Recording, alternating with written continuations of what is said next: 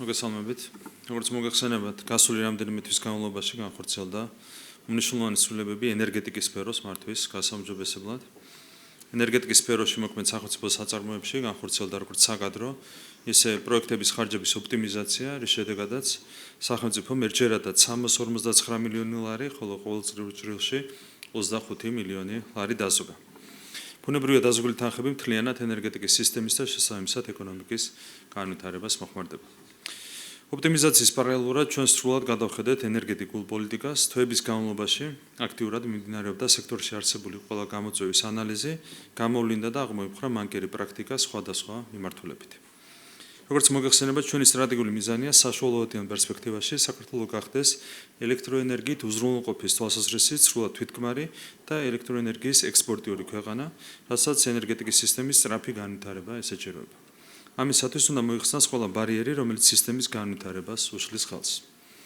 დღევანდელი მდგომარეობით განვითარების სხვადასხვა ეტაპზეა 15,000 მეგავატის პოტენციური სიმძლავრის ენერგეტიკული პროექტები. სახელმწიფოს ამოცანაა ერთი მხრივ გაცხრილო სპეკულაციური პროექტები, რომლებსაც განვითარების რეალური პერსპექტივა არ აქვს და მეორე მხრივ მაქსიმალურად ხელი შეუწყოს ყველა იმ პროექტის სწრაფ განვითარებას, რომელსაც კეთილსინდისიანი ინვესტორი ყავს და რომლის მშენებლობასაც კომპანია სათანადო პასუხისმგებლობით ეგიდება. გასული წლების განმავლობაში ასეთ კომპანიებსაც შეიქმნათ სირთულეები, რაც გამოსწორებას საჭიროებს. ჩვენ გვაქვს მუდმივი დიალოგი ენერგეტიკის სექტორში მოქმედ კომპანიებთან და დაინტერესებულ ინვესტორებთან და ვისმენთ დარგის სპეციალისტების მოსაზრებებს. ამგვარი დიალოგისა და კონსულტაციების საფუძველზე ნათლად გამოიკვეთა, რომ სექტორს განვითარებისთვის სახელმწიფოს მხრიდან დახმარება ესაჭიროება. ჩვენი მიზანია განახდეს ყველა შეჩერებული პროცესი და მოიხსნას ყველა ბარიერი, რომელიც ახალი ობიექტების მშენებლობას და ელექტროენერგიის გენერაციის ზრდას უშლის ხელს.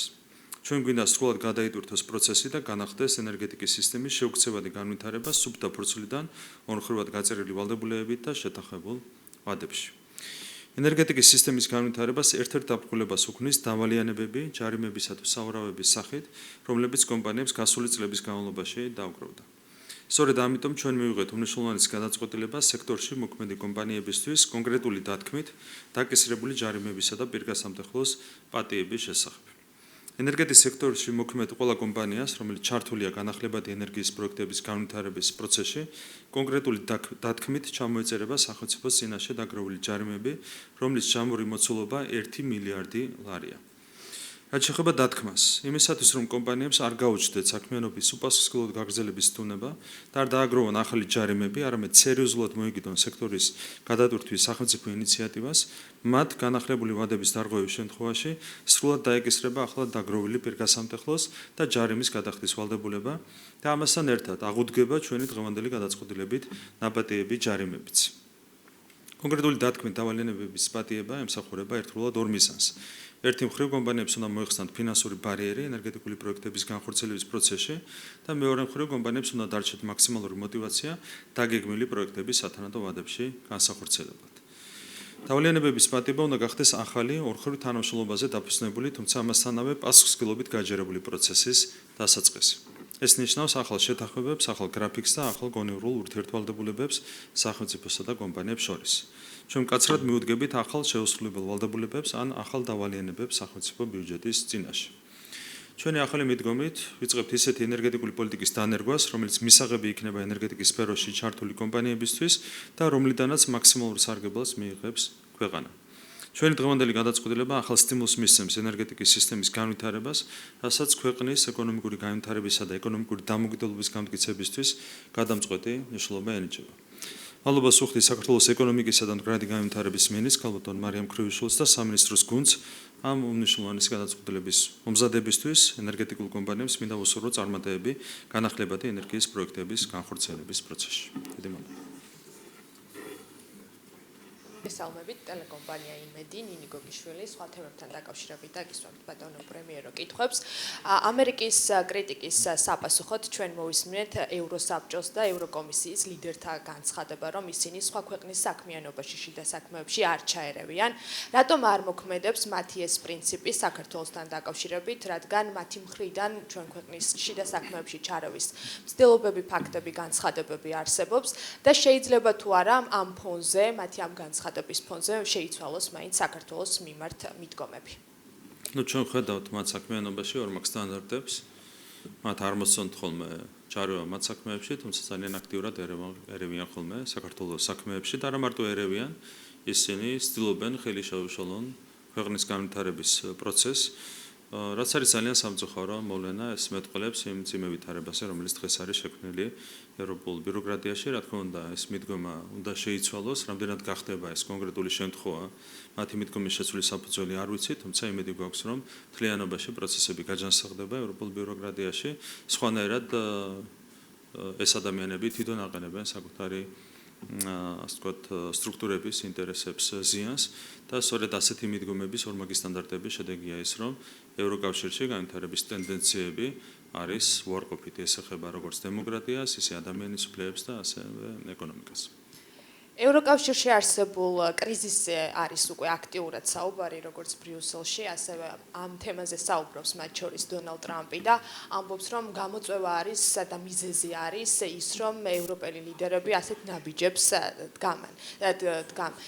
როგორ შეაფასებთ ამას, არსებობს თუ არა ევროკავშირში კრიზისი? რაზეც ჩვენ საუბრობდით მთელი ამ დროის განმავლობაში, იმაზე საუბრობს დღეს ამერიკის შეერთებული შტატების მოქმედი ადმინისტრაცია.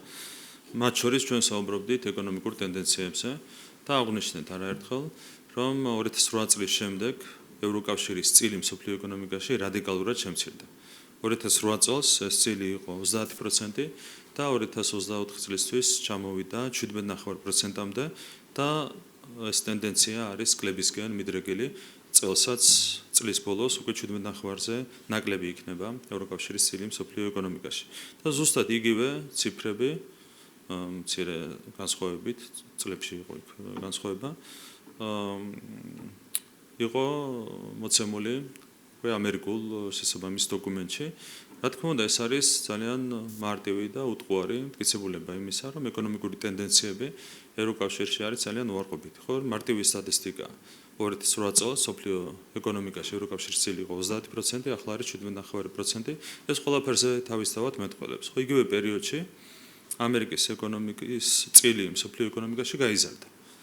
ევროკავშირი შემცირდა 30-დან 17.5%-მდე. ასევე 2008 წელს ჩინეთის ეკონომიკა იყო 4 ტრილიონი დოლარი და ახლა არის დაახლოებით 18 ტრილიონი დოლარი, ანუ დაეწია ევროკავშირს. ევროკავშირის დარჩა იქ, სადაც იყო, ჩინეთი დაეწია 4 ტრილიონიდან წარმოედგინეთ და ამერიკული ეკონომიკა თუ იყო 15 ტრილიონი, ახლა თითქმის 30 ტრილიონამდე არის გასწრილი. ეს ყველაფერზე მეტყველებს. და ეს ყველაფერი არის ევროპული ბიუროკრატიის უსუსურობის შედეგი, ნაცვლად იმისა, რომ ევროპული ბიუროკრატია იყოს ორიენტირებული საკუთარი ეკონომიკური პრობლემების დაძლევაზე, ისინი არიან დაკავებული სხვა ქვეყნების დემოკრატიულ პროცესებში ჩარევით, ხო? ეს თავისთავად მეტყველებს იმაზე, რომ მათ აქვს დაკარგული სუვერენიტეტი და არასუვერენული ევროპული ბიუროკრატია, რა თქმა უნდა, მხოლოდ და მხოლოდ ზიანს მიუტანს ევროკავშირს. შესაბამისად, ჩვენ იმედი უნდა დავიტოვოთ, რომ ეს ვითარება შეიცვლება, სხვანაირად ეს ტენდენციები არ შეჩერდება. და იგივე ეხება მათ შორის ადამიანის უფლებებს, იგივე ეხება დემოკრატიას. თქვენ ნახეთ რა მოხდა რუმინეთში. თქვენ ხედავთ როგორ მუშაობს ბრიტანული საზოგადოებრივი მაუწყებელი, ხო? ჩვეულებრივად ყალბი ინფორმაციის გავრცელებით არის დაკავებული. ეს არის უმძიმესი ტენდენციები, რასაც ესაჭიროება შეჩერება. შეკრებისა და მანიფესტაციის კანონში შესაძლან ცვლილებებს განიხილავს პარლამენტი. კიდევ ერთხელ რომ განმარტოთ, რატომ დადგა დღის წესრიგში ამ ცვლილებების მიღება და კანონ პროექტის კანონად ქცევის შემთხვევაში რისი პრევენცია იქნება შესაძლებელი? აქ მოქმედებს ძალიან მარტივი პრინციპი, 50, 100 ან თუნდაც 150 ადამიანი არ უნდა ძალადობდეს 4 მილიონ ადამიანს. თუ არ გაქვს საკმარისი რაოდენობა, შენ არ შეიძლება პრობლემებს უქმნიდე დანარჩენ მოსახლეობას. შესაბამისად, საჭირო იყო კანონმდებლობაში ცვლილებების შეტანა, არაერთი ცვლილება იქნა შეტანილი ამ პერიოდის განმავლობაში და ახლა შედის კიდევ ერთი ცვლილება შეკრებებისა და მანიფესტაციების შესახებ კანონში. მთავარი მიზანი არის კიდევ ერთხელ ის, რომ 100 კაცმა და 50-მან და თუნდაც 150 კაცმა არ უნდა შეეუქმნას პრობლემები 4 მილიონ ადამიანს, ხო?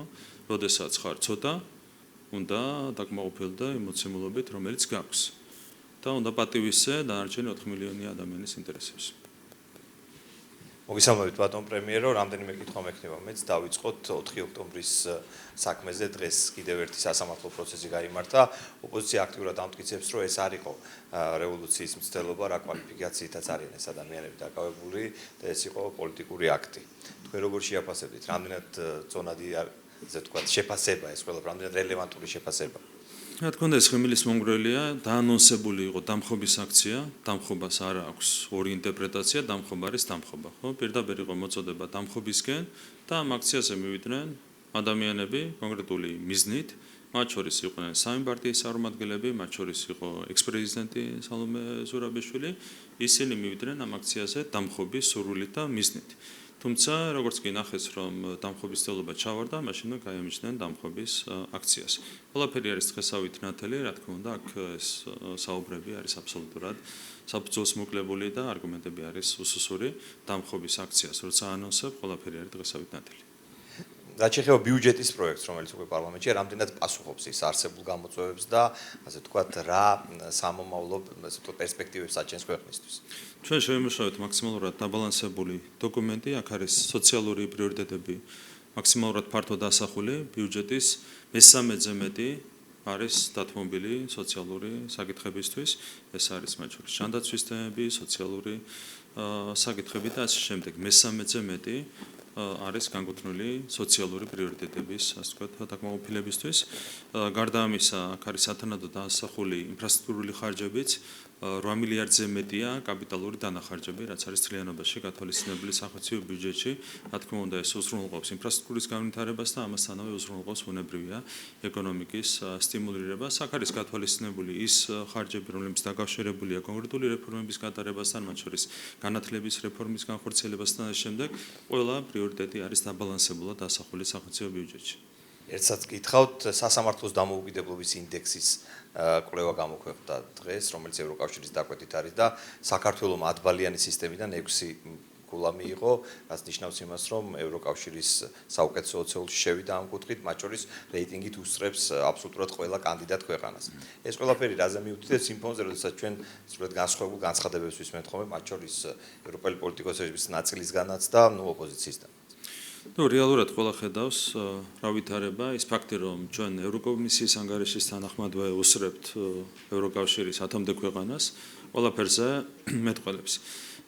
ჩვენ ხშირად ვთხოვთ ხოლმე მათ შორის ევროპელ კოლეგებს წარმოადგინონ კონკრეტული ფაქტები, თუ რაიმე შენიშნა აქვს სასამართლო საქმიანობასთან დაკავშირებით, მაგალითად წლების განმავლობაში ვითხოვდით წარმოადგინათ თუნდაც ერთი საქმე, სასამართლო საქმე, სადაც ისინი ხედავდნენ უსამართლო გადაწყვეტილებას, ვერც ერთ ასეთ საქმეზე ვერ გასაუბრებოდნენ, უფრო მეტიც იყო არაერთი საქმე, პოლიტიკურად, ასე ვთქვათ, გრძნობიარე საქმე, მათ შორის, რომელიც გაიგზავნა სტრასბურგის სასამართლოში და ყველა ამ საქმეზე სტრასბურგის სასამართლომ მოიწონა ქართული მართლმსაჯულების გადაწყვეტილებები. ეს ყველაფერი, რა თქმა უნდა, ხელის გულზე დევს და საზოგადოებამ ძალიან კარგად იცის, თუ რა ვითარება მართლმსაჯულების სისტემაში. ამ ფონზე ჩვენ გვახსოვს, რომ მთელი რიგი კამპანიები იყო ინიცირებული სასამართლო ხელისუფლების წინააღმდეგ, თუმცა ყველა ეს კამპანია ჩავარდა სწორედ იმის გამო, რომ სინამდვილე არის სხვა. სინამდვილე არის ის, რომ ჩვენთან მოქმედებს გამართული, სამართლიანი და ეფექტიანი მართლმსაჯულების სისტემა. გამარჯობა, რუსუდან დუმაძე, TV პირველი. ბატონო ირაკლი, ოკუპირებულ უпростоრად ოკუპირებულ სოხუმში 2 დღის წინ დაადასტურეს გალის რაიონში საბაჟო ტერმინალის შესახებ აშენების შესახებ ინფორმაცია, ინფრასტრუქტურა უკვე არსებობს და გაცილებით უფრო ადრე მედიაც აშუქებდა ამ საბაჟო ტერმინალის აშენების შესახებ ამბებს. თუმცა ამ დრომდე თბილისის რეაქცია არ არის ცნობილი და პოზიცია ჩვენ არ ვიცით საქართველოს ხელისუფლების, რომლის თანხმობის გარეშე ტერმინალი ფუნქციონირებას ვერ შეძლებს და გეგმაც ვერ შესრულდება. რა პოზიცია აქვს ოფიციალურ თბილისს ამ ტერმინალზე? მოგეხსენება ჩვენ არავითარ ეგრეთ წოდებულ სახელმწიფო საზღვარს არ ვაღიარებთ, ეს არის სრული სიყალბე. აქედან გამომდინარე, ჩვენ მხრიდან ამაზე ვერ იქნება ბუნებრივია საუბარი. თქვენ თავის დროზე გახსოვთ, რომ წინა ხელისუფლების პირობებში ხელი მოეწერა კონკრეტულ შეთანხმებას, რომლის საფუძველზეც მაშინდელმა ხელისუფლებამ თანხმობა მისცა რუსეთს სოფლიო საბჭოთა ორგანიზაციაში გაწევრიანებაზე და მაშინ იყო ეს შეთანხმება, რომ შვეიცარიის შუამავლობით უნდა შექმნილიყო ტვირთების გადაზიდვის შესაძლებლობა, თუმცა მას შემდეგ ეს საკითხი არის გაჩერებული და ჩვენი მხრიდან არავითარი ნაბიჯი არ გადადგმულა ამ მიმართულებით, აქედან გამომდინარე ეს ყველაფერი არის სპეკულაცია. არ თანამშრომლობთ ამ კომპანიასთან, რომელიც დაასახელა. არავითარი, ეს არის სპეკულაცია. თუმცა აი ტერმინალის მშენებლობა დაიწყო საიდუმლოდ და ომის შემდეგ. ინფრასტრუქტურა უკვე იქ არსებობს და როგორ შეიძლება თბილისის პოზიციის გარეშე გალის რაიონში აშენდეს ტერმინალი ასე უპერსპექტივოდ? მე არ ვიცი, მე კიდევ ერთხელ გეუბნებით, რომ ჩვენი მხრიდან არც ერთი ნაბიჯი არ გადადგმულა ამ მიმართულებით. ზოგადი შეთანხმება არსებობს, თუმცა ამ კუთხითაც არავითარი აქტივობა არ ყოფილა, ეს არის ის პოზიცია, რაც ჩვენ გვაქვს. თუ რაიმე ცვლილება იქნება, რა თქმა უნდა, ჩვენგან შეიტყვეთ. რა განაპირობებს ცვლილებას? მე არ ვიცი, კიდევ ერთხელ გაიმერებ, რომ თავის როზე წინა ხელისუფლების პირობებში დაიდო შეთანხმება შვეიცარიული ხარის ჩართულობით ტვირთების გადაზიდვის თაობაზე. მე როგორც მეუბნებიან, ეს არის საკითხი არ დაწმულა. ფსოუზე და არა გალის რაიონში ტვირთების გადატანა. მithumetes ჩვენ რა შუაში ვართ ამასთან. მე გეუბნებით ახლა გალის რაიონში საბაჟო ტერმინალის ფუნქციონირება სამომავლოდ არის თუ არა პერსპექტიული. თქვენ აი ოკუპირებული ტერიტორიების შესახებ კანონით არის აკრძალული ახალი ტვირთების გატარება აფხაზეთის გავლით. ხომ არ შეიძლება განიხილოთ კანონში ცვლილებები? კანონი არის ძალაში და არავითარი ინიციატივა მიმართულებით ჩვენ არ გვაქვს. კი ბატონო, ანუ თქვენ არ გაატარებთ ტვირთებს რუსეთისთვის? კიდევ არ გავატარებ. ერთი კითხვა მინდა დაგისვათ, ეს უკვე ეხება ევროპარლამენტს დაგეგმილ დებატებს საქართველოს შესახებ, დემოკრატიული კრიზისი საქართველოში ასე ქვია. აი ხა მე კითხვას გისვამთ, მაგრამ ვიცი რა პასუხსაც გამცემთ ევროპარლამენტში და დებატებზე, თუმცა აი უკვე რამდენჯერ გვესმის ასეთი პასუხი ბატონო ირაკლი და სულ თქვენი იმედი არ ვიცი უპერსპექტივო რომ აი ელოდებით იქნებ ბიუროკრატია შეიცვლება იქნებ რაღაც როგორ ვერ მოახერხეთ ამ დროის განმავლობაში ხელისუფლებამ რომელსაც გაცხადებული გაქვთ სურვილი რომ ევროკავშირში ქვეყანა გააწევრიანოთ ვერ მოახერხეთ ვერავის დალაპარაკებოდით და ვერავინ დაგერწმუნებინათ, იმიტომ რომ რაღაც საკითხებზე მართალია თქვენ თანხმობა არ გაქვთ თქვენ და ევროპელებს, რომ გამოძიებას იწყებთ, მათ ისინი არენდობიან, ახალ გამოძიებას გთხოვენ, კანონებს იღებთ, ისინი გაკრიტიკებენ და როგორ ანუ არ შეგიძლიათ ევროპასთან ურთიერთობა და არც გსურთ. ნახეთ, ძიმე ვითარება ევროპულ ბიუროკრატიაში და პოლიტიკურ წრეებში, მაგალითისათვის, ცოტა ხნის წინ, 2-3 თვის წინ გაიმართა ერთგვარი სამიტი დაკავშირებადობის თემაზე, ტრანზიტის თემაზე და ამ შეკრებაზე იყო წარმოდგენილი შუა აზიის 5 ქვეყანა და სამხრეთ კავკასიის 2 ქვეყანა და არ იყო წარმოდგენილი მხოლოდ საქართველო. ევროკომისიის ეგიდით გაიმართა ეს შეკრება. და ევროკომისიას მიაჩნია, რომ ამ 8 ქვეყანას შორის საქართველო არის ყველაზე არადემოკრატიული, საქართველოს არ აქვს გასასვლელი ზღვაზე და ასე შემდეგ. ნახეთ, რა მნიშვნელობა აქვს. ხო, ანუ 7 ქვეყანა მიიწვიეს უმაღლეს დონეზე, საქართველოს ელჩის დონეზე და სხვა სამიტიც გაიმართა, სადაც საქართველოს საერთოდ არ იყო მიწვეული და კიდევ ერთხელ გავიმეორებ, რომ არის 8 ქვეყანა და საქართველოს მათ შორის იყო ყველაზე არადემოკრატიული და საქართველოს იყო ერთადერთი, რომელსაც ზღვაზე არ ქონდა გასასვლელი და ვერ ეხმარებოდა სხვა ქვეყნებს ზღვასთან კავშირში. აი აქამდე არის დასული ევროკომისია. რაზე უნდა ელაპარაკო ასეთ ხალხს არ ვიცი. თქვენი აზრით აქ პრობლემა თქვენს პოლიტიკაში ხომ არ არის? არა მხოლოდ არადემოკრატიულობაში, არამედ თქვენს პოლიტიკაში. ყველა თქვენი გამოსვლა თუ ევროპაზე საუბარი სრულდება და იწყება მათი კრიტიკით და ლანцუღით. ამ ქვეყანას შორის საქართველოს აღმოჩნდა ყველაზე არადემოკრატიული და ყველაზე ანტიდასავლური. ხა თავად განსაჯეთ, ხა რაღაც სერიოზულობა ხონდა გქონდეს ამ მიდგომებს. კი ბატონო, თუმცა ამდენი ქვეყნის ლიდერიდან ერთი ლიდერი გეგულებათ, მხოლოდ ვინც თქვენი პოზიცია შეიძლება ასე ვთქვათ, თქვენს პოზიციას მხარი დაუჭიროს ევროკავშირში. იმიტომ რომ ძიმე მდგომარეობა ევროკავშირში. ანუ როცა ასეთ რამეს აკეთებ, მაშინ საზოგადოებას უნდა ვთქვათ, რომ პერსპექტივა ჩვენ არ გვაქვს. ჩვენ იმედი გვაქვს, რომ შეიცვლება. და რა შეცვლის, ან თქვენ რა ნაბიჯს დგამთ, რომ რაღაც ურთიერთობები დათქვათ? ნებისმიერ ქვეყანაში, ან ნებისმიერ სტრუქტურებში შეიძლება ძიმე მდგომარეობა შეიცვალოს დადებითი მდგომარეობით. ჩვენ გვაქვს ეს ოპტიმიზმი. აი ამ დებატების შემდეგ კიდევ ერთხელ გავიმეორებ, 8 ქვეყანა და საკითხი ეხება დაკავშირებადობას და 8 ქვეყანიდან 7 არის ზღვასთან გასასვლელის არ მქონე, 5 შუა აზიის ქვეყანა და პლუს სამხრეთ კავკასიის 2 ქვეყანა. 7-დან არც ერთს არ აქვს ზღვაზე გასასვლელი და საკითხი ჩვენ ვართ კანდიდატის სტატუსის მქონე ქვეყანა. ამ 8 ქვეყნიდან 7-ს არ აქვს ზღვაზე გასასვლელი და თავარი საკითხი არის ზღვაზე გასვლა. და ერთადერთი ქვეყანა, რომელსაც აქვს ხაზზე გასასვლელი ამ 7 ქვეყნისთვის და 7 ქვეყანას იცვევ და მე როს არა. და კიდევ ერთხელ, ამ 8 ქვეყანას შორის საქართველოს აღმოჩნდა ყველაზე არადემოკრატიული და ყველაზე ანტიდასავლური. ხა ეს იმდენად არასერიოზულია, რომ მე მგონი თქვენს საკუთარი დასკვნებიდან გამოიტანოთ მიუხედავად უბრალოდ მე მისცემა მინდა რომ ჩვენ ვართ კანდიდატი ქვეყანა რომლის მიმართაც არსებობს პირობები და რეკომენდაციები შესასრულებელი და ამის ნაცვლად როცა ევროპელებს ესმით პირიქით თქვენი მხრიდან კრიტიკა ლანძღვა თუ შეთქმულების თეორიები თქვენში ხომ არ ხედავთ პრობლემას შემთხვევით იღავით თვითკრიტიკული ბატონო ირაკლი ლანძღვა სად მოისმენთ ლანძღვა სად მოისმენთ ლანძღვა სად მოისმენთ ძიმე მდგომარეობა რო არა ევროპულ ბიუროკრატიაში ეს ლანძღვა ძიმე მდგომარეობა ახლა 10 წუთის წინ მოვისმინეთ რომ მთელი წელია გვესმის ლანძღვა არა ლანძღვა რა არის კონკრეტული ციტატა გაიხსენეთ რომ deep state-ი მართავს ევროპულ ბიუროკრატიას თუ რა ვქენით რომ ქვეყნის მეორე ფრონტი ეგ ლანძღვა თუ კრიტიკაა აი იმდენი განცხადება შემიძლია ხა გავიხსენოთ თქვენი გუნდის წევრების ევროპარლამენტარებიდან დაწყებული ხან რა ეპითეტებით მოიხსენებენ ბატონო ირაკლი მართლა რომ გაგახსენოთ არა ნახეთ ახლა შეიძლება კონკრეტულმა დეპუტატმა შეიძლება რაღაც თქვას მე არ ვიცი მაგრამ ნახეთ არა ერთ-სამით ავიღოთ უმაღლეს თანამდებობის პირები ლანძღვა ერთი ციტატა მაინც გაიხსენეთ ლანძღვის გამახსენდება, მაგრამ თქვენი განცხადებები მუდმივად არის ანტიდასავლური. არ არსებობს ეგეთი. ანტიდასავლური რა კრიტიკა? Deep State-ის შეთქმულების თეორიებზე გვესაუბრეთ. ეს რაღაცა ვთქვათ მაშინ. როდესაც ევროკავშირი აცხადებს, რომ საქართველოს აქვს ანტიდემოკრატიული ხელისუფლება. ეს ლანძღვაა თუ კრიტიკაა? ანტიდემოკრატიული ხელისუფლება კრიტიკაა, კი? ხო, და ჩვენ რო ვამბობთ, რომ ევროპული ბიუროკრატია მძიმე მდგომარეობაშია, ეს ლანძღვა თუ კრიტიკაა? ეს არ არის ერთადერთი განცხადება, რომელიც ხო და ერთი გამახსენეთ, კაცო, მე სად გავლანძღე მაგალითად?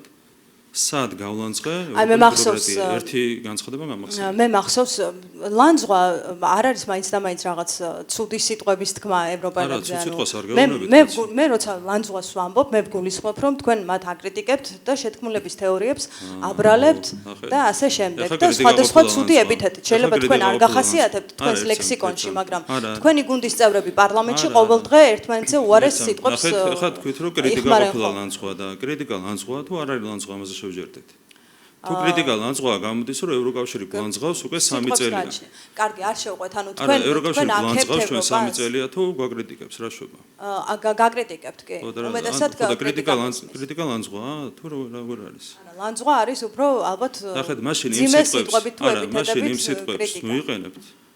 რაც არ უნდა გამოიყენოთ, იმიტომ რომ ძიმე სიტყვებით კრიტიკა არის ლანძღვა, ჩემი აღქმით ასეთია და მე შეიძლება თქვენი მხრიდან ბატონო ირაკლი შეიძლება თქვენი მხრიდან მე ეს არ მომისმენია, იმიტომ რომ თქვენ ლექსიკაში არ გახასიათებთ არაეთიკური სიტყვები და არ დეფამაზეთ თავს, მაგრამ ვინ გალანძღა შალვა ბაბუაშვილი უნდა გალანძღა თუ გიორგი ვოლსკიმ თუ ვინ გალანძღა? ირაკლი ზარქუა.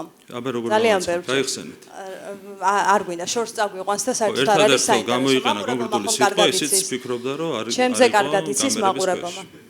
არ ვიცი. რეალურად ნახეთ, ლანძღვას ჩვენი მხრიდან. მთავრობის წევრი იყო, აკაცუკებს რომ ეძახით ბოლოს და ბოლოს. ჩვენი მხრიდან კი, აკაცუკებს ეძახით ფინეთის მინისტრს. ჩვენი მხრიდან ეს არ არის ლანძღვა. აჰა, ეს კრიტიკა. არასდროს არ გაგვილანძღავს. რა თქმა უნდა, კრიტიკა ეს არის ჩვენი. აკაცუკი რა არის? ეს კრიტიკაა, რეალურად კრიტიკაა, როდესაც 50 ადამიანს შორის დადგები, ახლა მან რაც გააკეთა, იმსახურებდა შესაბამის კრიტიკას. ბატონო? აკაცუკი.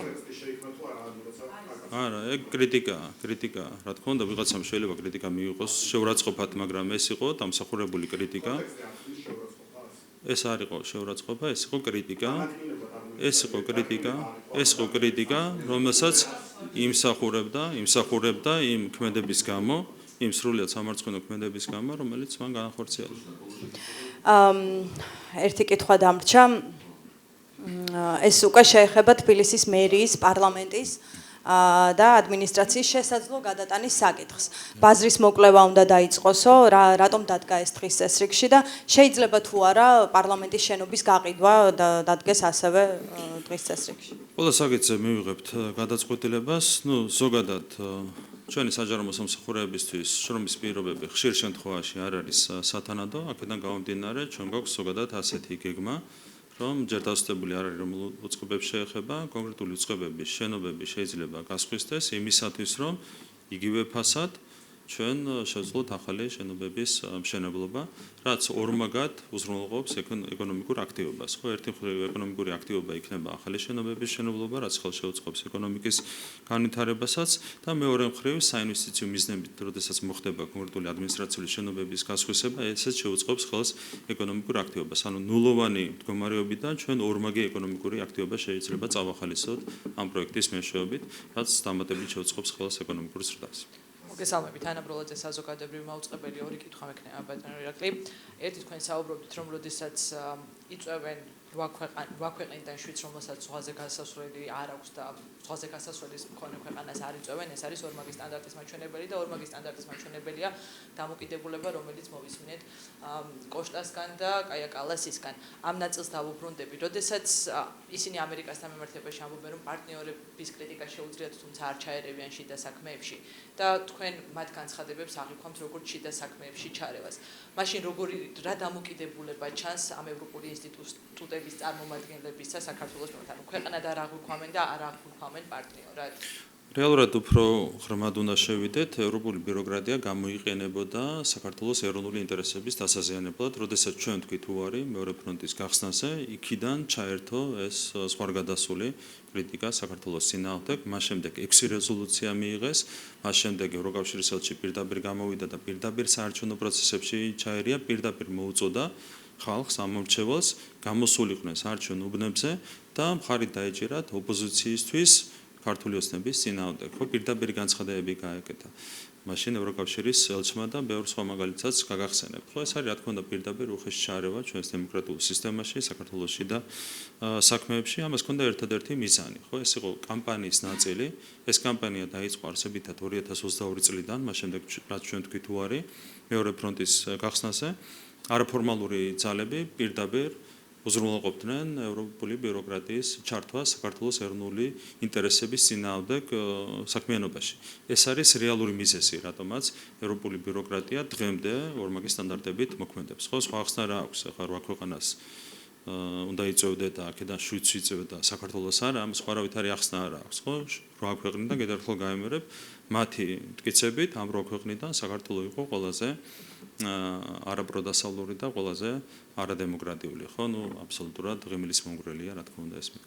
ეს ინიციატივაზე კითხავთ, ასეთი ორი ფრაზა გამოიყენეთ, რომ ეს ინიციატივა მიმართულია იმისკენ, რომ მავნე პრაქტიკა აღმოიფხვრასო, რა არის მავნე პრაქტიკა ამ შემთხვევაში და სპეკულაციური პროექტები გაიცხრილოსო, რა პროექტებს გულისხმობთ და შეიძლება თუ არა ვიხილოთ რამე ესეთი ცვლილებას აქამდე მიღებულ გადაწყვეტილებებს. კი, იყო მანგიერი პრაქტიკა და უფრო მეტიც ვიტყოდი მანგიერი პრაქტიკები სხვადასხვა მიმართულებით, რასაც ჩვენ ვებრძოდით ამ თვეების განმავლობაში და ეს ყველაფერი ნელ-ნელა იწმინდება. მაგალითისათვის ერთი მანგიერი პრაქტიკა რომ დაგესახელოთ ერთ-ერთ მაგალითად, ეს იყო გადაყიდვების პრაქტიკა. ანუ გაიცემოდა ჰაერზე ნებართვები, ხდებოდა კონკრეტული ტერიტორიების მონიშნა, სადაც შეიძლება აშენდეს მაგალითად ჰესი, მზის სადგური ან ქარის სადგური და რეალურად ნულიდან ცდილობდნენ კონკრეტული ადამიანები ნებართვის გადაყიდვას საკმაოდ დიდ ფასებად, ხო, მაგალითად მეგავატში შეიძლება აიღოთ $20,000 1 მეგავატში. ეს პრაქტიკა იყო მაგალითად ჩამოყალიბებული, რამაც შეაფერხა ენერგეტიკის განვითარება. ჩვენი სურვილია რომ მთლიანად გავხსნათ ეს პროცესი, მათ შორის მთლიანად აღმოიფხვრება გადაყიდვის პრაქტიკა, ანუ სპეკულიანტობის პრაქტიკა მთლიანად უნდა აღმოიფხვრას ამ სექტორში. გარდა ამისა, გვაქვს ეჭვი, რომ ხელოვნურად ფერხდებოდა გარკვეული ნებართვების გაცემა, პირიქით ხელოვნურად ჭარბად გაიცემოდა გარკვეული ნებართვები, ეს ყველაფერი უნდა გაიწმინდოს, უნდა გაიფილტროს და უნდა გაიხსნას მთლიანად პროცესი. ჩვენ გვჭირდება სერიოზული შედეგების მიღწევა ენერგეტიკის სფეროში. დღეს ჩვენი გენერაცია არის დაახლოებით 4600 მეგავატი, 3200 იყო 2012 წელს, გაიზარდა დაახლოებით 4600-მდე, 4700-მდე და ჩვენი სურვილია რომ 8000-მდე ავიდეთ 4 წლიან პერსპექტივაში, რაც ძალიან რთული ამოცანაა, თუმცა რეალურია. დღეს არის გაცემული 15000 მეგავატზე მთლიანობაში. ნებართვები, პროცესები არის დაწყებული. თუ ჩვენ გავხსნით პროცესს, ეს მიზნები არის მიღწევადი და სწორედ ამას ემსახურება მათ შორის დავალიანებების ჩამოწერა, რასაც დღეს მივიღეთ გადაწყვეტილება. ეს გეგმა თუ შემცირდა, შეამცირებს ეს ჩვენს დამოკიდებულებას ენერგორესურსზე რუსეთთან. მარტო რუსეთზე ხო არ არის საუბარი, რუსეთიც რა თქმა უნდა მნიშვნელოვანი ფაქტორია. ზოგადად ჩვენ თუ გავზრდით გენერაციას შესაბამის ნიშნულამდე, ეს ნიშნავს იმას, რომ ჩვენ იქნებით ერთი რომ სრულად თვითგმარი ქვეყანა ელექტროენერგიის თვალსაზრისით, რა თქმა უნდა, დარჩება დამოკიდებულება ბუნებრივ გაზზე, ნავთობზე, სადაც რესურსები ჩვენ არ გვაქვს. კი, სრულად 12 თვის განმავლობაში, კი, რა თქმა უნდა, ეს სტანდარტულად ასეა. სამთრის პერიოდში გვაქვს დეფიციტი და ზაფხულში პირიქით შეგვიძლია ექსპორტზე გადანა, როცა საუბარია თვითგმარობაზე, აქ იგულისხმება 12 თვის განმავლობაში თვითგმარობა, ანუ პრინციპულ თვითგმარობაზეა საუბარი, სრულ თვითგმარობაზე და ასეთ შემთხვევაში უკვე მეტი საექსპორტო ელექტროენერგია შეიძლება შეიქმნას ქვეყანაში. ამას სჭირდება პროცესების დაჩქარება.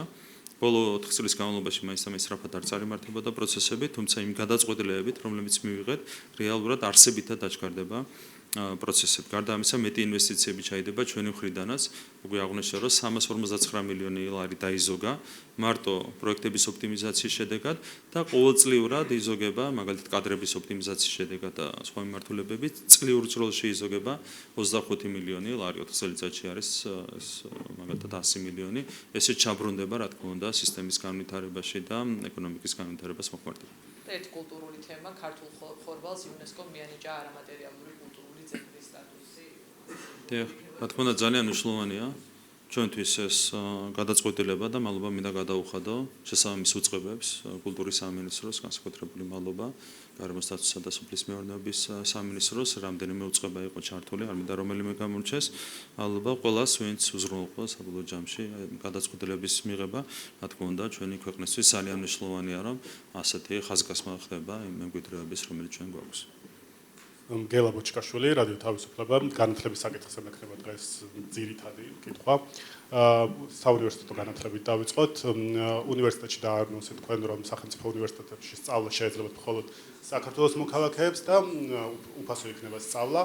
როგორი მოლოდინები გაქვთ, როგორი გათვლა გაქვთ, შემცირდება თუ არა სახელმწიფო უნივერსიტეტში სტუდენტების რაოდენობა, ანუ ყოველწლიურად მისაღები სტუდენტების რაოდენობა და ეს ხომ არ არის, მოდით ამაზე მიპასუხეთ და კიდევ დაგისვამთ რამდენიმე კითხვას ამ მიმართულებით. რაც შეეხება სტუდენტების რაოდენობა, სახელმწიფო უნივერსიტეტებში პირიქით სტუდენტების რაოდენობა უნდა გაიზარდოს ამ გადაწყვეტილების შედეგად. ხო, წელს მაგალითად იქნა მიღებული დაახლოებით 31000 სტუდენტი ჯამში ყველა უნივერსიტეტში. და ჩვენ ვფიქრობთ, რომ მთლიანობაში გაიზრდება სახელმწიფო უნივერსიტეტებში მისაღები სტუდენტების რაოდენობა, ნუ კვოტები განისაზღვრება ამ მოლოდინის გათვალისწინებით. ანუ პირიქით რაოდენობის ზრდა გვექნება, აქ მოვისმინე უამრავი სპეკულაცია იმასთან დაკავშირებით, რომ თითქოს შემცირდება ადგილების რაოდენობა, შესაბამისად თუ ადრე უფრო ადვილი იყო მაგალითად ეკონომიკის ფაკულტეტზე ჩაბარება, ახლა იქნება ეს უფრო რთული, რეალურად არავითარი ფორმით კვოტები არ შემცირდება. ერთადერთი რაც შეიძლება მოხდეს, ჩვენ ვაწარმოებთ შრომის ბაზრის ანალიზს და შრომის ბაზრის ანალიზის საფუძველზე გადანაწილდება კვოტები უშუალოდ ფაკულტეტებს შორის, მაგრამ ჯამურად სახელმწიფო უნივერსიტეტებში არ შემცირდება, პირიქით გაიზრდება კვოტები სტუდენტების მისაღებად. იმიტომ რომ მოლოდინი გვექნება, რა თქმა უნდა, რომ მეტი წამოვა სახელმწიფო უნივერსიტეტებისკენ იმ პირობებში, როდესაც სახელმწიფო უნივერსიტეტებში სწავლა იქნება უფასო სტუდენტებისთვის, როგორც ბაკალავრიატის, ისე მაგისტრატურის საფეხურზე.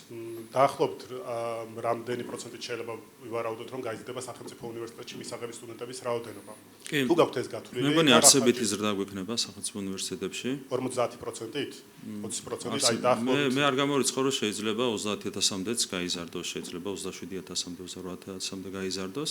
ამას უკვე, რა თქმა უნდა, მოთხოვნა მიწოდება და არეგულირებს. ანუ ზრდა გვექნება ისე, რომ რამდენიც ამბარებდა უნივერსიტეტებში წელს იმდენივეს შეიძლება უნივერსიტეტებში ჩაბარება მომავალ წელსაც. თუნდაც რომ სახელმწიფოზე გაკითხებით. მათ შორის შეიძლება თეორიულად თლიანად სახელმწიფომაც აითვისოს ეს რესურსი, თეორიულად ეს შეიძლება მოხდეს. თავი ჩვენთვის არის ის, რომ არავითარი ფორმით არ გაურთულდებათ სტუდენტებს უნივერსიტეტში მოხვედრა, იქნება სახელმწიფო თუ კერძო უნივერსიტეტი. კვოტები განისაზღვრება ამის შესაბამისად. რამდენიმე პატარ-პატარა კითხვა მოგვს ამ საკითხზე და მინდა რომ ყველას დასმა შევძლო. თქვენ მე როგორც აღვიქვი ყოველ შემთხვევაში გაცხადებული პოლიტიკიდან გამომდინარე, მიზანი არის სახელმწიფო უნივერსიტეტებში სწავლის ხარისხის გაუმჯობესება. ხო ასე არის. თუ კი მაღალი კონკურენცია იქნება კერძო უნივერსიტეტებთან შედარებით სახელმწიფო უნივერსიტეტს, თუ კი ნორმალური საბაზრო ეკონომიკა იქნება განათლების მიმართულებით შექმნილი. სტუდენტმა თუ იცის, რომ სახელმწიფო უნივერსიტეტში უკეთეს განათლებას მიიღებს და არა კერძოში. დღეს თუ ეს შესაძლებელი არის, რატომ არ წავა სახელმწიფო უნივერსიტეტში და რატომ წავა კერძო უნივერსიტეტში, რატომ უნდა გადაიხადოს სახელმწიფომ იმაში ფული, რაც შეიძლება რომ თქვა დაფინანსებული იყოს თვითონ სტუდენტის მხრიდან და რატომ არ შეიძლება სტუდენტს შეეძლოს თვითონ აირჩიოს კერძო უნივერსიტეტში სწავლა ურჩევნია თუ სახელმწიფო უნივერსიტეტში. ეს ხომ ანუ წლების განმავლობაში ასე ხდებოდა რომ უნივერსიტეტს თუ კი კარგი აკადემიური მოსწრება ქონდა შეეძლო ჩაებარებინა მისთვის სასურველ კერძო უნივერსიტეტში რომლის ფასსაც ფარავდა სახელმწიფო. ახლა სრული არჩევანი აქვს სტუდენტს, თუ უნდა ჩააბაროს კერძო უნივერსიტეტში, შეუძლია ჩააბაროს კერძო უნივერსიტეტში. ჩვენი ამოცანა დიპლომის ხარისხის გათანაბრება, დღეს არ არის უზრუნველყოფილი ხარისხის თანაბრობა, ხო? საქართველოში დღეს მოქმედებს 64 უნივერსიტეტი. ამით არის უკვე ყველაფერი ნათქვამი. ჩვენაირ ქვეყანაში, 4 მილიონიან ქვეყანაში და თან განვითარებადი ეკონომიკის მქონე ქვეყანაში 64 უნივერსიტეტი როცა მოქმედებს, ამით არის ყველაფერი ნათელი. მეტი ჩაღრმავებაც კი არ დაჭირდება ამას.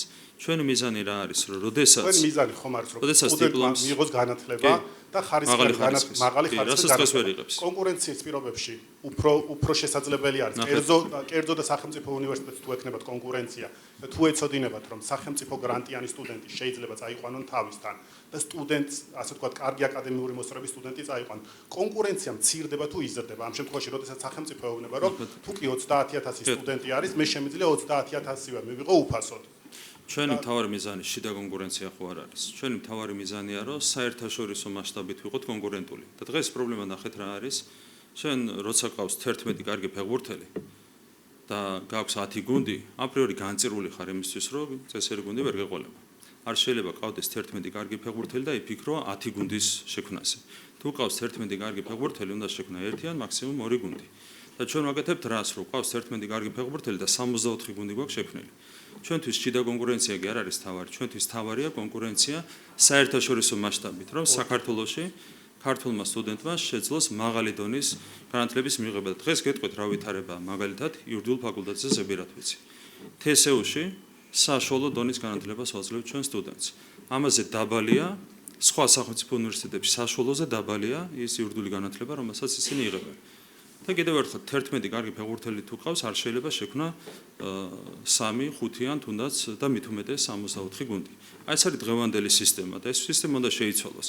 ვის არ მოწონს ეს რეფორმა, ვინც ხელს ითბობს იმ სიმახინჯეზე, რომელიც არის ჩამოყალიბებული და თავარი შედეგი არის რა, რომ ქართველი სტუდენტი სათანადო დონის განათლებას ვერ იღებს საქართველოში და ეს უნდა შევცვალოთ, ხო? კი ბატონო. თქვენი არ შევცვალოთ და დავტოვოთ ის რაც თქვენი მიზანი არის, რომ სტუდენტი, რომელსაც ექნება ბაკალავრის ხარისხი, კონდეს სათანადო განათლება. ხო ასე არის. კონკურენციის პირობებში ეს უფრო მეტად შესაძლებელი არ იქნება? ნახეთ, შიდა კონკურენცია ხო არ არის თავარი. ჩვენ გვაქვს მაგალითად საქართველოს ჩემპიონატი ფეხბურთში. და გვაქვს კარგი შიდა კონკურენცია, იმიტომ რომ 10 გუნდია და ერთმანეთს ეთამაშებიან, მაგრამ ჩვენთვის ამოცანა ეს კი არ არის. რომ 10 გუნდი ერთმანეთთან თანაბრად თამაშობდეს.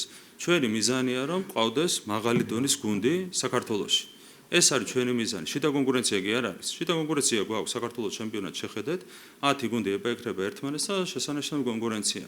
თამაშობენ ერთმანეთთან, ხან იგებენ, ხან აგებენ, მაგრამ ჩვენი ამოცანა ის კი არ არის, რომ საქართველოში 64 გუნდი ერთმანეთს ეთამაშებოდეს კონკურენტულად. ჩვენი მიზანია, რომ საქართველოში ქართულმა სტუდენტმა მიიღოს მაღალი დონის განათლება, რაც დღეს უზრუნველყოფილი არ არის. შიდა კონკურენცია არაფრის საშველი არ არის. მთავარი საშველი არის განათლების ხარისხის ამაღლება და შესაბამისი პროცესების უზრუნველყოფა და შესაბამისი რეფორმის გატარება. კი ბატონო, თქვენ სტატისტიკაზე გეპართ ხოლმე საუბარი, აი პროცენტებიც ახსენეთ ევროკავშირთან დაკავშირებით და ამ განათლების ნაწილშიც რომ ვილაპარაკოთ. წლებია სახელმწიფო პროგრამები არსებობს, რომელიც არის დაფინანსებული სახელმწიფოს მხრიდან. შედეგები თუ შეგიძლიათ რომ გაგვიზიაროთ, აი მაგალითად, სადაც იცოდნენ სტუდენტებმა რომ ის ფაკულტეტები იყო უფასო, რა შედეგით მიიღო სახელმწიფო. ან მე რამდენადაც ვიცი, საკმაოდ არ უნდა იყოს დაბალი პროცენტი იმ ადამიანების, რომლებიც აბარებენ უფასო ფაკულტეტებზე და შემდეგ სწავლას არ ასრულებენ ბოლომდე. ან რამდენად მიიღეთ ის შედეგი, რაშიც გადაიხადა რამდენიმე მილიონი ლარი სახელმწიფომ. ჩვენ წარმოვიდგინეთ, თქვენ დამაჯერებელი რომ იყოს თქვენი მონათხრობი, ანუ უფასო განათლებას რა შედეგი შეიძლება რომ მოყვეს, თუ ეცოდინება სტუდენტს რომ ყველა შემთხვევაში სახელმწიფო უნივერსიტეტში ჩაბარების შემთხვევაში ის ისწავლის უფასოდ, რა შედეგი შეიძლება რომ მივიღოთ. დღესაც ხომ არის რაღაც ფაკულტეტები. რაც შეეხება საგამონაკლისო შემთხვევებს, ეს საერთოდ სხვა საკითხია. რაც შეეხება უფასო განათლებას სახელმწიფო უნივერსიტეტებში, ეს არის მთლიანად სოციალური საკითხი. ამას განათლების მიზნებთან იმდენად კავშირი არ აქვს, რამდენად იმასთან, რომ ეს არის სოციალური ასე ვთქვათ, მხარდაჭერა, რომელსაც მიიღებენ სტუდენტები. ან თავარი მიზანი, რატომაც გადავედით ჩვენ უფასო უმაღლეს განათლებაზე, არის სოციალური. ანუ ჩვენ ვეხმარებით, გახსოვთ, რომ წევლის საკითხი იყო, ხო, ერთ-ერთი ის რომ სტუდენტები ვერ ახერხებდნენ გადასახადის გადახდას და სტატუს შეჩერებული და შემდეგ არც ერთი სტატუს შეჩერებული სტუდენტი აღარ გვეყოლება არასდროს. თავარი თემა არის სოციალური. ჩვენ სტუდენტებს ვუხდით სახელმწიფო ბიუჯეტიდან გადასახადს იმისათვის, რომ მათი სოციალური მხარდაჭერა უზრუნველყოთ. ეს არის თავარი მიზანი. რაც ხო მეორე მხარეს, ხო ხარისხის ამაღლება, ხარისხის ამაღლებას ემსახურება მთლიანად ის კონცეფცია, რომელიც ჩვენ წარმოვადგენთ. უფასო განათლება თქვენი გათვლებით უნდა ნიშნავდეს ასევე ხარისხიან განათლებას. აი თქვენი მონაყოლიდან ეს შეიძლება იყოს უფასო და უხარისხო. ჩვენ გვინდა რომ იყოს უფასოს და ხარისხიანიც. აი ზუსტად ამ საკითხზე გადავდივარ. სკოლის სასკოლო განათლება როგორი გვაქვს საქართველოში? მე აი თქვენ განათლების მინისტრმა როცა დაანონსა ზოგადი განათლების რეფორმა გადავათვალიერეთ თქვენი დეკლარაციები ყველა მინისტრის და თუ სწორად მახსოვს 10 მინისტრს ყავს სასკოლო ასაკის შვილი და აქედან 7-ის შვილი დადის კერძო სკოლაში. ერთი არის თავდაცვის სამინისტრო, რომლის ცოლიც არის ელჩი პოლონეთში და არ გვიპასუხა პრესამსახურმა იქ დადიან თუ არა ბავშვები. მეორე არის იუსტიციის მინისტრი სალია, რომლის შვილიც წლების განმავლობაში დადიოდა ბრიტანულ ქართულ აკადემიაში და ერთადერთი იყო განათლების მინისტრი, რომელსაც ყავდა სასკოლო ასაკის შვილი და რამდენადაც ვიცი დადის საჯარო სკოლაში. ანუ აი როდის თქვენი რეფორმებით როდის მიაღწევს სასკოლო განათლება და უნივერსიტეტის განათლება იმ დონეს, რომ თქვენ რომ ხოდა ყავთ კერძო სკოლაში შვილი და თქვენს კოლეგებს გაგიჩნდებათ სურვილი, რომ კერძო სკოლაში აღარ ატაროთ შვილი და ატაროთ საჯარო სკოლაში. გეტყვით, ნუ პირველ რიგში ჩვენ განვაცხადეთ ღიად, რომ თუ კი სადმე გვქონდა ყველაზე ნაკლები შედეგი ამ 3 წლიანი საქმიანობის განმავლობაში, ყველაზე ნაკლები შედეგი გვქონდა განათლების სფეროში. პირდაპირ ღიად თქვით და ამიტომ დავიწყეთ აქტიური მუშაობა როგორც უმაღლესი განათლების მიმართულებით, ასევე სასკოლო განათლების მიმართულებით რეფორმის გეგმის მომზადებაზე. უამრავი რამ არის გამოსასწორებელი ყველა მიმართულებით, ხო, დაწყებული ინფრასტრუქტურიდან დამთავრებული თვითონ სწავლების და სწავლის შინაარსით, უამრავი რამ არის გამოსასწორებელი. ამიტომ ჯერ წარმოვადგინეთ უმაღლესი განათლების რეფორმის კონცეფცია, რომელიც 7-ვე ძირითად მიმართულებას მოიცავს და შემდეგ წარმოვადგინეთ უკვე ზოგადი განათლების რეფორმის კონცეფცია, რომელიც 8 მიმართულებას მოიცავს. ჩვენ რო არ დაგვენახა არსებითი პრობლემები ზოგადი განათლების სფეროში და უმაღლესი განათლების სფეროში, რა თქმა უნდა, ასეთი, ასე ვთქვათ, პრიორიტეტულობით არ მოვიკიდებოდით ბუნებრივია რეფორმებს ერთი და მეორე მიმართულებით, ხო? სწორედ იმის გამო, რომ ხედავთ არსებით პრობლემებს და არსებით გამოწვევებს, ჩვენ დავაინიციერეთ ეს პროცესი და წარვადგინეთ როგორც ერთი, ისე მეორე მიმართულებით რეფორმის კონცეფცია. და ახლა გამოდიან ადამიანები და საუბრობენ იმაზე, რომ თითქოს არაფერი არ გჭირდება, არაფერი არ უნდა შეიცვალოს, ან რა არ მოწონთ, ამასაც ვერ გვეუბნებიან. არის ზოგადი საუბრები რაღაცებთან დაკავშირებით, უბრალოდ შინაარსს ვერ გამოიტან. განათლების სპეციალისტები ქვიათ ადამიანებს, პროფესორები და ელემენტარული შინაარსის გადმოცემა არ შეუძლიათ და ესენი სტუდენტებს როგორ ასწავლიან, არ ვიცი. ამიტომ არის დაბალი დონე უნივერსიტეტებში. კი ბატონო, ჩემს კითხვას რო დავუბრუნდით, აი თქვენი გათვლით, სავარაუდოდ გექნებათ გათვლები, როდის გახდება საჯარო სკოლა იმ დონის, რომ თქვენ გაგიჩნდეთ სურვილი, რომ საჯარო სკოლაში კი აღარ ატაროთ შვილი, ატაროთ უბრალოდ კერძო სკოლაში კი აღარ ატაროთ შვილი, თქვენ და თქვენმა კოლეგებმა ატარონ ასევე საჯარო სკოლებში. როდის აი თქვენ შეგვიძლიათ გითხრათ კონკრეტული პერიოდი, ან უნივერსიტეტებში ბევრი საჯარო მოხელის შვილი დადიან, სწავლობენ დღეს საზღვარგარეთ უნივერსიტეტებში. როდის იქნება ქართული უმაღლესი სასწავლებელი და საჯარო სკოლები? კი, ჩვენ ვფიქრობთ, რომ საშუალოვადიან პერსპექტივაში არსებითი ცვლილების მიღწევა არის შესაძლებელი ორივე მიმართულებით. დავიწყებ ჯერ უმაღლესი განათლებით. ჩვენ გვაქვს ორეტაპიანი, ასე ვთქვათ, გეგმა. პირველი ეტაპი უკვე განხორციელდება მომავალი წლის სექტემბრისთვის და შემდეგი ეტაპი დაახლოებით 4-5 წელიწადში უნდა დასრულდეს ინფრასტრუქტურის ჩათვლით. რა თქმა უნდა, ამის შემდეგ მუდმივი პროცესი იქნება ხარისხის დახვეწა, ხო? ხაერიდან ხო არ მოიყვან დაუშვათ მაღალი რანგის, მაგალითად გვაქვს სერიოზული პრობლემები ტექნიკური მეცნიერებების მიმართულებით, ხო? ინჟინერები, არქიტექტორები და ეს შემდეგ შეიძლება დაგჭირდეს იქ თუნდაც უცხოელი პროფესორების მოწვევა და ეს შემდეგ, ხო? რესურსი არის შესაქმნელი. მაგრამ რაც შეეხება უმაღლეს განათლებას, 1 წელიწადში გვექნება პირველი ცვლილებები და სადღაც 4-5 წელიწადში უკვე არსებითად შეიცვლება სისტემა, ამის შემდეგ უკვე შეუქცევადი განვითარება დაიწყება.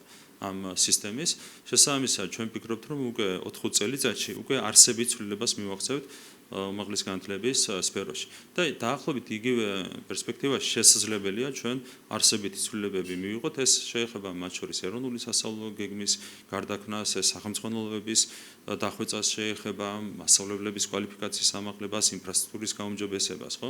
მაგალითად ახლა ვამზადებთ გეგმას, რომელიც უკავშირდება ზოგადად ინფრასტრუქტურას და მათ შორის სასკოლო ინფრასტრუქტურას. ჩვენი მიზანია, რომ საბოლოოდ მთელი ქვეყნის მასშტაბით არც ერთი გაურემონტებელი სკოლა აღარ დარჩეს. ხო, ამას დაჭირდება წლები. ჩვენ ვფიქრობთ, რომ ამის გაკეთებაც არის შესაძლებელი საშუალოებიან პერსპექტივაში, ხო? ინფრასტრუქტურა, სწავლების შინაარსი, ყველაფერი საშუალოებიან პერსპექტივაში გვექნება პირველი ხელშესახების შედეგები, სადღაც 4 წელიწადში და ამის შემდეგ უნდა დაიწყოს უკვე სისტემის მუდმივი დახვეწის შეუქცევადი პროცესი. როგორც ვთქვი, თქვენი შულები დაასრულებენ კერძო სკოლაში სწავლას. ნუ ნახეთ თქვენ ხო იცით პრობლემების მასშტაბი ხო იცით თქვენს რამხელა პრობლემების მასშტაბი ჯერ იყო 90-იანი წლები და ძალიან მძიმე კვალი დაატყო 90-იანმა წლებმა ჩვენს განათლების სისტემას და მაშინ გაჩნდა ზუსტად ეს 64 და 100-ზე მეტი უნივერსიტეტი იყო თავის დროზე და სკოლებშიც რა ხდებოდა ძალიან კარგად გვახსოვს სკოლას და ამის შემდეგ იყო უკვე 2004-12 წლები სადაც კიდევ უფრო მძიმე პროცესები წავიდა ხო ის ბუნებრივი პროცესები მაინც იყო გამოწვეული ეკონომიკური პრობლემებიდან და 2004 წელს დაიწყო განათლების სისტემის მიზანმიმართული გრევის პროცესი და ამას შეიძლება გამოსწორება და ამას შეიძლება რა თქმა უნდა დრო არ არის მარტივი პროცესი მაგრამ თავარია რომ ჩვენ გვაქვს კონკრეტული გეგმა ამ ყველაფრის გამოსასწორებლად